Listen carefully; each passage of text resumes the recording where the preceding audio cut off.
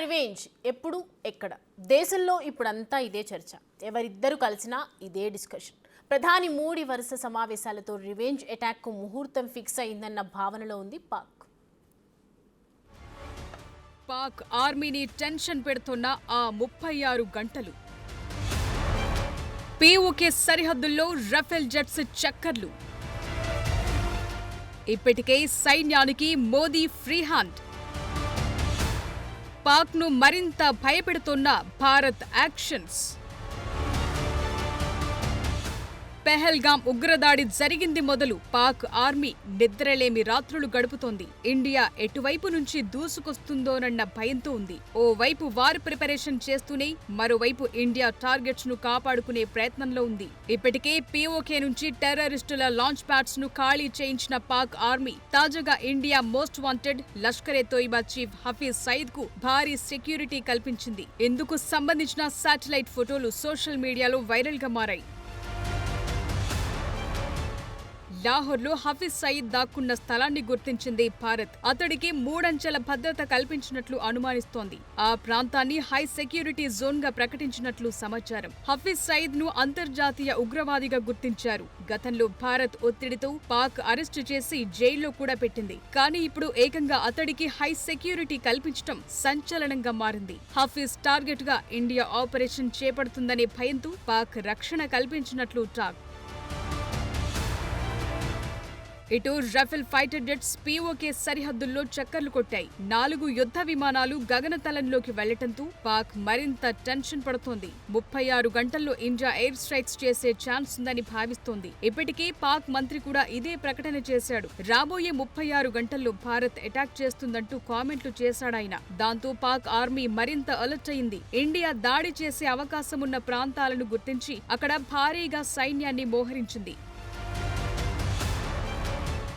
అయితే భారత్ మాత్రం వ్యూహాత్మకంగా ముందుకెళుతోంది. ఇప్పటికే ప్రధాని మోదీ వరుస సమావేశాలు నిర్వహిస్తున్నారు. నిన్న త్రివిధ దళాలతో సమావేశమైన మోదీ ఇవాళ సూపర్ కేబినెట్ భేటీ నిర్వహించారు. అంతర్గత భద్రత, పెహల్గాం ఉగ్రదాడి ఇలా అన్ని విషయాలపై చర్చించారు. ఆ తరువాత అమిత్ షా, రాజ్నాథ్ తో ప్రత్యేక సమావేశం నిర్వహించారు. అయితే పాక్ కు దౌత్యపరంగా మరో బిగ్ షాక్ ఇచ్చేందుకు కసరత్తు చేస్తున్నారన్న ప్రచారం జరిగింది. కేబినెట్ బ్రీఫింగ్స్ లో దీనిపై ప్రకటన చేస్తారంటూ కథనాలొచ్చాయి. అయితే కేబినెట్ బ్రీఫింగ్ లో మాత్రం పెహల్గాం ఉగ్రదాడి అంశాన్ని ప్రస్తావించలేదు. దాంతో ఇండియా రివెంజ్ ఎలా ఉండబోతోందన్న ఉత్కంఠ నెలకొంది. ఒకవేళ యుద్ధమే వస్తే పాకిస్తాన్ కెపాసిటీ ఎంత? ఆ దేశం గతమేంటి, వర్తమానమేంటి, భవిష్యత్ ఎలాంటిది?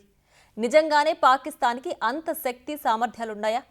మా దగ్గర 150 అణుబాంబులున్నాయి, వాటితో మిమ్మల్ని భస్మీపటలం చేస్తానంటున్న వారి మాటల్లో బలుపెంత, వాపెంత? What is Pakistan? అక్కడి స్థితిగతులపై యుద్ధరంగ నిపుణుల మాట ఏమిటి? ఆ వివరాలు ఎలా ఉన్నాయి?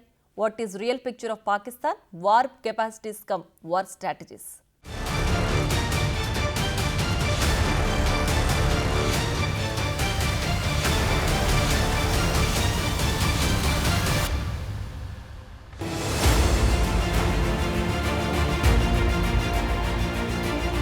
పహల్గాం దాడి జరగడానికి 3 రోజుల ముందు on record Pak army chief Munir Asim ఒక మాట అన్నాడు. మనం హిందూ భారత్ కి వ్యతిరేకంగా ఒక పౌర యుద్ధం చేయాల్సి ఉందని కామెంట్ చేశాడు. మునీర్ ఆ మాటలన్న 3 రోజుల తర్వాత పహల్గాం దాడి జరిగింది. దీన్ని బట్టి చూస్తే పాకిస్తాన్ హస్తం లేకుండా ఈ దాడి జరిగే ఛాన్స్ లేదన్నది ఎక్స్ ఆర్మీ ఆఫీసర్స్ అంటున్న మాట.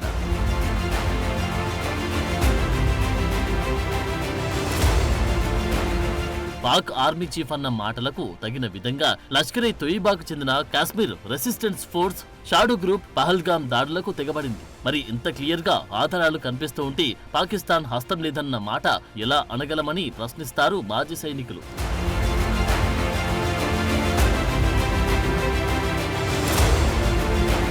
మునీర్ ఐఎస్ఐ చీఫ్ గా ఉండగా లష్కరే తోయిబా వంటి ఉగ్ర సంస్థలతో సంబంధ బాంధవ్యాలు నెరిపాడు కూడా. వీటన్నిటిని బట్టి చూస్తే ఇది 100% పాక్ ప్రేరేపిత ఉగ్రవాదమే కన్ఫర్మ్ గా చెప్పొచ్చంటారు భారత సైనికులు. పహల్గాం దాడితో ఒక్కసారిగా దేశమంతా ఉలిక్కిపడింది. మృతుల సంఖ్య 26, 28 ఏదైనా కావచ్చు. కానీ 150 కోట్ల భారతీయులకు అది చెంప చెల్లుమనిపించింది. మన శక్తి సామర్థ్యాలను, ధైర్య సాహసాలను ముక్కుసూటిగా ప్రశ్నించింది. ఒక్క మాటలో చెప్పాలంటే ఇది మనకు అత్యంత ఘోరమైన అవమాన భారం. దారుణమైన పరాభవం కూడా. మరి మనకు జరిగిన ఈ అవమానానికి తగిన శాస్తి చెప్పాలా వద్దా అని నిలదీస్తున్నారు మాజీ సైనికాధికారులు.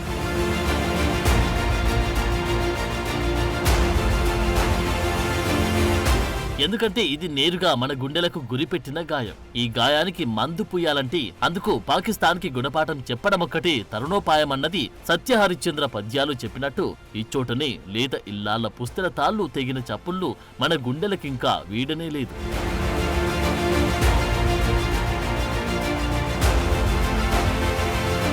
ఇది చాలా ఘోరమైన అవమాన భారం. ఇంత పెద్ద ఎత్తున సైనిక సంపత్తి ఉండి, ఇంత భారీ మంది మార్బలం ఉండి, మన నవవధువు మన కంటి ముందే తన భర్తను కోల్పోయి గుండెలవిసీలా ఏడుస్తూ ఉంటే మనమంతా చూస్తూ ఊరుకుంటే ఎలా అన్న ప్రశ్న యుద్ధ విమానాల కన్నా భయంకరమైన శబ్దం చేస్తున్న విధం చెవులను చిల్లులు పొడుస్తుంది.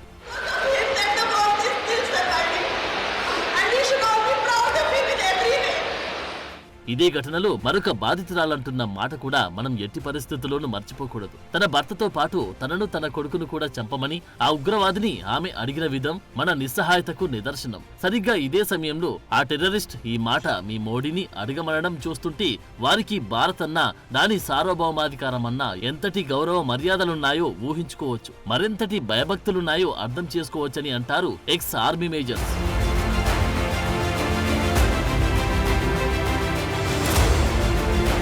ఇది వారి దమ్ము ధైర్యం కాదు, మన చేతగానితనం కింద లెక్క. దీన్ని ఎట్టి పరిస్థితుల్లోనూ మనం చూస్తూ ఊరుకోకూడదు. ఇది పాక్ ప్రేరేపిత ఉగ్రవాదపు పైశాచికత్వానికి పరాకాష్ఠగా వీరు అభివర్ణిస్తారు. మనం ఇలా వదిలేస్తూ పోతూ ఉంటే ఇలాంటి ఉగ్రదాడులు మరిన్ని జరిగే అవకాశం ఉంది. దీన్ని మనం చేజేతులా కొడి తెచ్చుకోవద్దనే హెచ్చరికలు జారీ అవుతున్నాయి.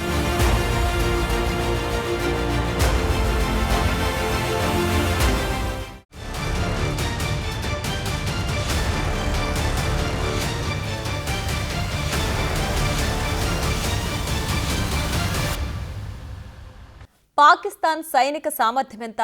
దాని అణువాయుధ పటిమ ఏ పాటిది? పాక్ ఆర్మీ జనరల్స్కి అంత దమ్ము ధైర్యం ఉందా? విలాసవంతమైన జీవితాలను వదిలి వారంతటి సాహసానికి ఒడిగట్టగలరా? అసలు పాకిస్తాన్ ఆర్థిక పరిస్థితి ఇందుకు సహకరించగలదా? ఇప్పటికే ఏ యుద్ధం చేయకుండానే గోధుమ పిండి కోసం అలమటిస్తున్న పాకిస్తానీలకు మన దేశపు గడ్డి పీకేంతైనా కెపాసిటీ ఉందా? ఇప్పుడు చూద్దాం.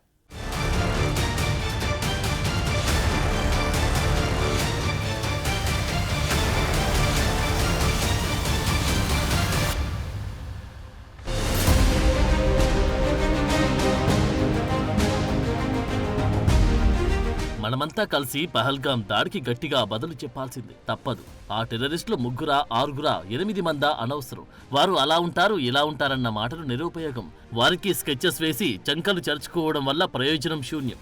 వారి మృతదేహాలను కళ్ళ చూడాలి. మన గడ్డపైకొచ్చి ఇంత ధైర్యంగా తుపాకీ దూసి మన వారి ప్రాణాలు తీసిన వారిని భూమి మీద లేకుండా చేయాలి. ఇలాంటి దుర్ఘటనలు ఇకపై మన దేశంలో చూడకూడదు. ఈ దాడిని ఎంతమాత్రం ఉపేక్షించకూడదు. ఇది భారత మాజీ సైనికాధికారుల మాట.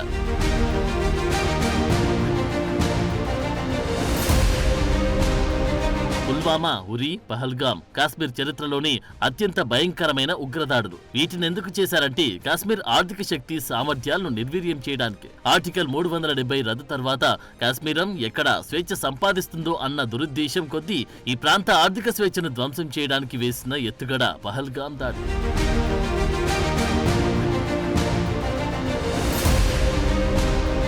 ఈ దాడికి భారత్ ఖచ్చితంగా స్పందించి తీరాల్సింది. లైన్ ఆఫ్ కంట్రోల్ ని తప్పక ఛేదించాల్సింది. అసీం మునీర్ మరో జిహాదీ ఉద్యమానికి తెరలేపకముందే మనమీ కార్యాన్ని ముగించాలంటున్నారు మాజీ సైనికాధికారులు. ఈ మొత్తం దాడి వెనుకున్న పాక్ ఆర్మీ చీఫ్ కి, అతడి వెనుకున్న ఐఎస్ఐకి, వారి వెనుకున్న జిహాదీ గ్రూపులకు ఎంటైర్ పాకిస్తాన్ ఎన్నటికీ మర్చిపోని గుణపాఠం చెప్పి తీరాల్సిందే అన్నది వీరి వాదన.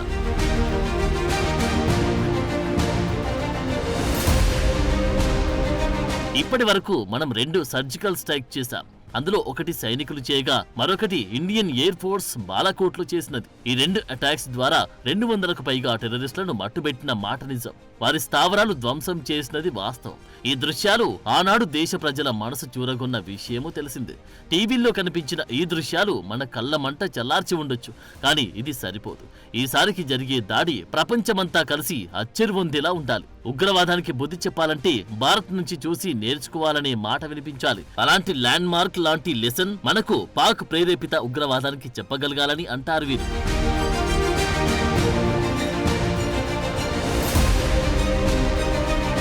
మన దగ్గర అందుకు తగిన అవకాశాలు ఉన్నాయని చూస్తే first of all Bharat Pak పై చేసే దాడులను అడిగేవారు లేరు. ఆ మాటకొస్తే ప్రస్తుతం ప్రపంచమంతా మన వైపే ఉంది. అలాగని ఈ బుద్ధి చెప్పే కార్యక్రమం తేలికగా తీసుకోకూడదు. అంచెలంచెలుగా చేయాలి. ఒక పద్ధతి ప్రకారం జరపాలి. పాకిస్తాన్ ఇక జన్మలో కూడా ఇలాంటి ఉగ్రవాద ప్రేరేపిత కార్యకలాపాలకు పాల్పడకూడదు. మన ముందు మోకరిల్లి వారు కుళ్ళి కుళ్ళి ఏడ్వాలి. అలా చేయాలంటే ఒక కార్యాచరణ అవసరమంటున్నారు మన మాజీ సైనికోద్యోగులు.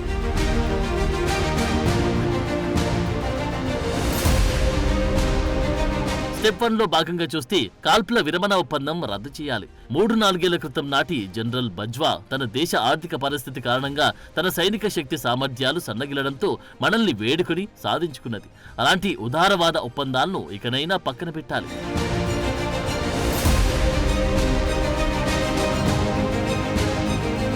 ఇక రెండోది ఏంటంటే మన మీడియం ఆర్టిలరీని రంగంలోకి దించాలి. బోఫోర్స్ మల్టీబేరల్ రాకెట్ లాంచర్లను పీఓకేలోని టెర్రరిస్టు స్థావరాలపై ప్రయోగించాలి. మన ఆయుధ ప్రయోగాలకు అక్కడి టెర్రరిస్టుల కూచాలు కదిలిపోవాలి. వీటితో పాటు మరికొన్ని పాకిస్తానీ స్థావరాలపై మనం గురిపెట్టాలి. ఉగ్రమూకలకు సహాయ సహకారాలందించి ప్రాంతాలను గుర్తించి మరీ వారిపై దాడులు నిర్వహించాలి. పరిస్థితిని మన అదుపులోకి తెచ్చుకోవడానికి మరికొన్ని దాడులు లక్ష్యాలు కూడా మనకు అవసరపడతాయని అంటారు యుద్ధరంగ నిపుణులు.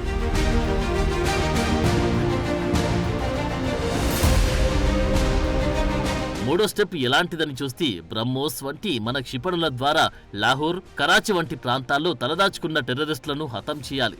వారి స్థావరాలు కూడా లేకుండా చూడాలి. కాకులను, పావురాలను చంపి అదే పెద్ద గొప్పగా చెప్పుకోవడం కాదు. మనము ఉగ్రవాదులే కాదు, పాకిస్తానీలు, ఈ ప్రపంచమంతా కూడా భారత్తో పెట్టుకుంటే ఎలా ఉంటుందో కల్లారా చూడాలి. అంతటి టెర్రర్ అటాక్ చేయగలగాలి. పహల్గామ్ దాడుల సమయంలో కేకులు కట్ చేసుకున్న వారి గుండెలదరాలని వీరు కుండబద్దలు కొడుతున్నారు.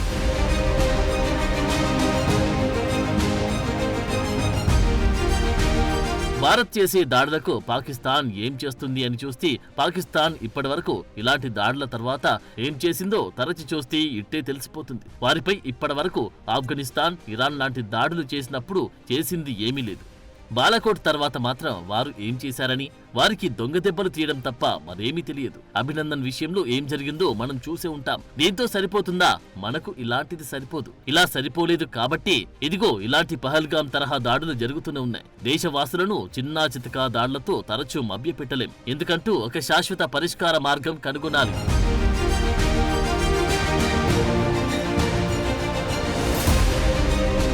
మనం ఏమనుకున్నామో అది చేసేయాలి. అంతేకాని ఆలోచిస్తూ కూర్చోకూడదు. మనతో పెట్టుకుంటే ఆ నష్టం ఎలా ఉంటుందో వారికి రుచి చూపించాల్సిందే. మొదట వారి ఎయిర్ ఫోర్స్ కి అపారమైన నష్టం కలిగించాలి. సుమారు 5-6 రోజుల పాటు ఈ యుద్ధం జరగాలి. మన ఎయిర్ ఫోర్స్ సామర్థ్యమేంటో వారికి రుచి చూపించాలి. ఆ దేశం మీద మన దేశానికున్న ఎయిర్ ఫోర్స్ సుపీరియారిటీని చాటాలి.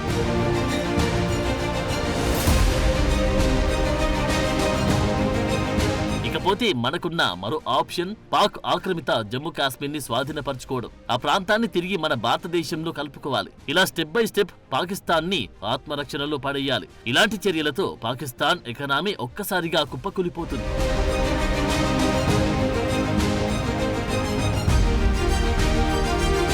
ఇప్పటికే పాకిస్తాన్ స్టాక్ మార్కెట్లు గజగజలాడుతున్నాయి. ఎక్కడ యుద్ధం వస్తుందో అన్న భయం కొద్దీ మార్కెట్లపై ఎగబడి పాకిస్తానీలు రేషన్ సరుకు విచ్చలవిడిగా కొంటున్నారు. ఎందుకంటే ఒక్కసారి యుద్ధం గాని మొదలైతే ఇక అక్కడి ఆహార నిల్వలు, ఇతర నిత్యావసరాలు పాక్ ఆర్మీ కంట్రోల్లోకి వెళ్లిపోతాయి. ఎలాంటి యుద్ధ వాతావరణం లేకుండానే అక్కడ గోధుమ పిండి నిల్వలు అడుగంటాయి. పట్టపగలు గ్రామాల్లో విద్యుత్ కోతలు విధిస్తున్నారు. ఇక యుద్ధం మొదలైతే ఆయుధ కర్మాగారాలకు, ఇతర యుద్ధ అవసరాలకు కరెంటు సరఫరా చేయడం కోసం నగరాలు కూడా విద్యుత్ ఆపిస్తారు. దానికి తోడు యుద్ధానికి 100 రూపాయలు ఖర్చవుతుందంటే యుద్ధ సన్నాహాలకు 50 రూపాయలు వెచ్చించాల్సి ఉంటుంది. ఈ క్రమంలో పాకిస్తాన్ ఈ యుద్ధాన్ని పూర్తి స్థాయిలో చేయడం కల్లా ఈ పరిణామ క్రమాలను ఎట్టి పరిస్థితుల్లో మనం మరవరాదు. ఈ వార్ టెర్రర్ డ్రామాతో వారిని కట్టిపడేయాలి.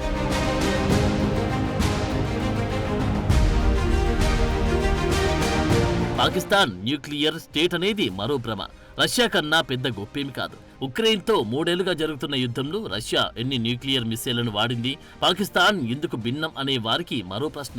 ఆ మాటకొస్తే ఇదే పాకిస్తాన్ కార్గిల్ వార్లో ఎన్ని న్యూక్లియర్ వెపన్స్ వాడింది, న్యూఢిల్లీలో ఎన్ని న్యూక్లియర్ బాంబులు వేసింది, మనకి న్యూక్లియర్ కెపాసిటీ ఉంది. ఇక్కడ భారత్ వాటిని దీపావళి కోసం దాచి ఉంచలేదంటారు సైనికులు.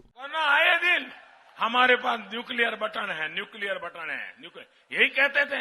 हमारे अखबार वाले भी लिखते थे पाकिस्तान के पास भी न्यूक्लियर है. तो हमारे पास क्या है भाई? ये दिवाली के लिए रखा है क्या?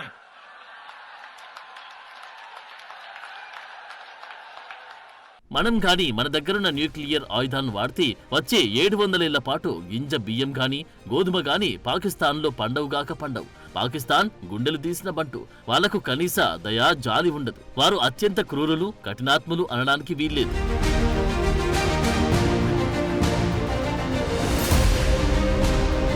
ఇవన్నీ ఇలాగుంటే పాకిస్తాన్ సైన్యాధ్యక్షులు అత్యంత పిరికివారు. వారికి తమ ప్రాణమంటే ఎంతో మక్కువ, ఎక్కువ.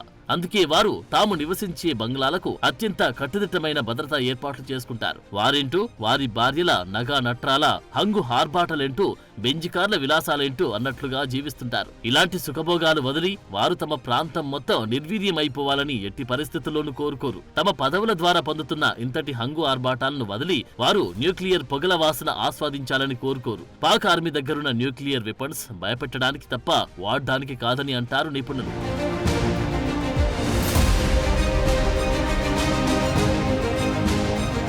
యుద్ధరంగ నిపుణులు క్లిస్టర్ క్లియర్ గా చెప్తున్నది ఏంటంటే, మనం పాకిస్తాన్ కి ఒక గుణపాఠం చెప్పాలి. అది వారు ఎన్నటికీ మర్చిపోలేనిదిగా ఉండాలి. వారికి అత్యంత కఠిన శిక్షలు విధించాలి. ఇక చాలు, ఇకపై మనం ఇలాంటి ఉగ్ర ప్రేరేపితాలకు స్వస్తి పలకాల్సిందే అనిపించగలగాలి. ఇదే పాకిస్తానీలు రష్యా ఉక్రెయిన్ పై ఇజ్రాయెల్ గాజా మీద చేసేలాంటి దాడులను ఆశించే పనైతే దశాబ్దాలకు తరబడి నరకం అనుభవించాల్సి ఉంటుంది. ఇది వారికి తెలియాలి. 2-3 చోటామోటా టెర్రరిస్టులను చంపగానే పాక్ ప్రేరేపిత ఉగ్రవాదానికి మనం బుద్ధి చెప్పినట్టు కాదు.